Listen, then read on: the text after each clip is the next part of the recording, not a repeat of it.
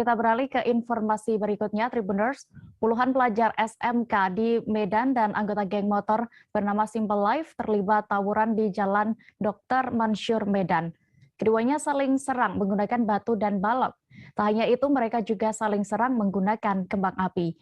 Informasi lengkapnya akan disampaikan oleh rekan Freddy, jurnalis Tribun Medan, yang kini sudah bergabung bersama kami. Halo rekan Freddy.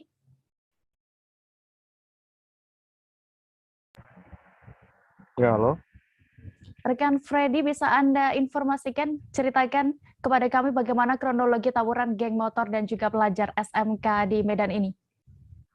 Ya, baik Dea dan juga pemirsa. Jadi tawuran antara pelajar dan juga geng motor itu bermula ketika para pelajar itu mendapat informasi bahwa sekolah mereka SMK Negeri 8 itu akan diserang oleh puluhan geng motor yang sebelumnya juga sudah berkeliling di sekitar sekolah mereka. Jadi pada saat itu juga mereka yang menerima informasi bahwa sekolahnya akan diserang oleh anggota geng motor itu langsung menghadang para geng motor yang melintas di sekitar sekolah itu sehingga terjadi baku hantam antara geng motor dan para pelajar itu dia begitu.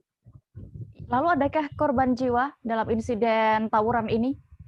Iya, jadi Dea dan juga pemirsa dalam peristiwa tersebut satu anggota geng motor itu menjadi bulan-bulanan para pelajar hingga babak belur dan dilarikan ke Rumah Sakit Bayangkara Medan untuk mendapat perawatan lebih lanjut.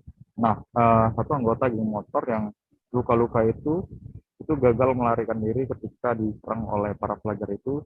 Ketika ia berkendara, ia terjatuh sehingga ditangkap oleh pelajar dan akhirnya diamankan juga oleh warga dan juga polisi pada saat itu.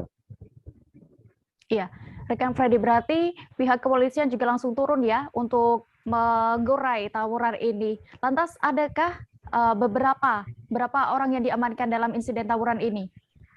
Ya, jadi ada 11 anggota geng motor yang diamankan Polsek Medan Baru malam itu. Dari ke-11-nya itu, polisi juga mengamankan beberapa barang bukti berupa batu dan sebuah senjata tajam yang disimpan anggota geng motor itu di dalam jok sepeda motornya.